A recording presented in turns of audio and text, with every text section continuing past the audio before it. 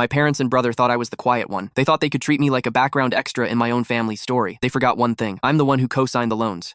By the time I was done, their perfect curated life was hitting a brick wall, and I was holding the bill. I'm 29, an engineer, and I've always been low-key. My brother Nate is the opposite, all tailored suits, leased BMWs, and fake motivational quotes. When he got engaged to Brianna, a woman who treats humans like branding assets, I tried to be the good brother. I RSVP'd early, offered tech help, and even Venmo'd $200 for a bachelor party I wasn't invited to. I showed up to the wedding with a $1,500 check in my pocket. I wanted to believe family meant something. Then I saw the seating chart. My name wasn't on it, I asked the coordinator. She looked at me with pity. There were some last-minute shifts. You're over by the west wall, near the photo booth. I walked over. My seat was a metal folding chair stacked against a speaker.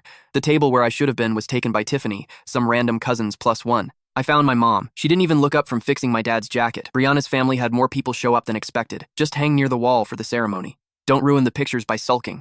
Then Brianna appeared, sharp and smiling. It's about the aesthetic, Adam. We need the family photos to look clean. It's nothing personal. There is a specific kind of hollow ache that hits when you realize you aren't welcome at your own brother's wedding. I didn't yell. I didn't cry. I walked over to the gift table, found my matte silver envelope, and calmly put it back in my pocket.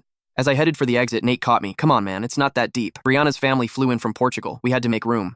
I looked him dead in the eye. I flew out. I rented a hotel. I bought this suit. I brought a $1,500 check. But I'm not your brother today, Nate. I'm just background. He told me I was being dramatic. He said the clean lines of the photos mattered more than my seat.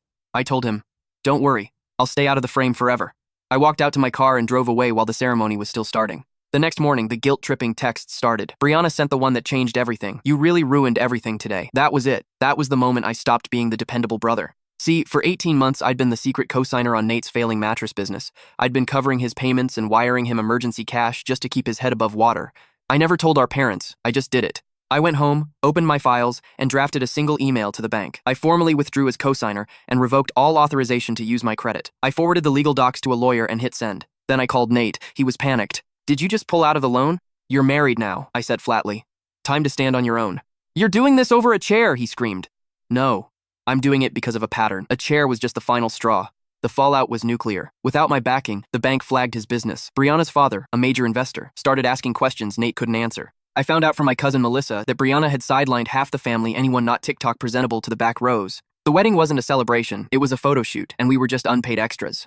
My parents called, accusing me of sabotage. I told them the truth about the money I'd been funneling to their golden boy for years. The silence on the other end was deafening. I wasn't the quiet one anymore. I was the one holding the leverage.